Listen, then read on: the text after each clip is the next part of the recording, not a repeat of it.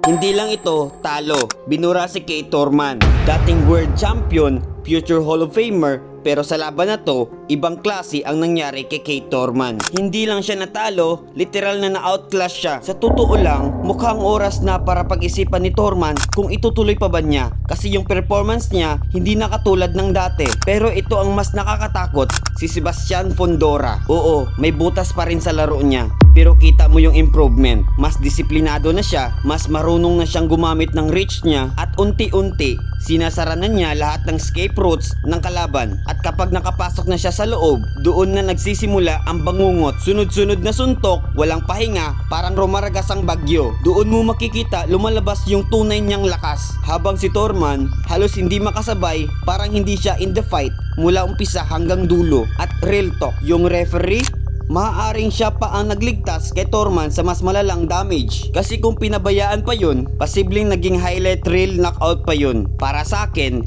hindi lang ito simpleng panalo ni Fundora. Ito ay warning sa buong division. Habang lalo siyang nagiging disiplinado, lalo siyang nagiging delikado. At kay Thorman, baka may isang laban pa para patunayan kung may natitira pa. Pero kung ganito ulit, baka ito na talaga ang dulo. Sa tingin mo, tapos na ba si Thorman o may comeback pa?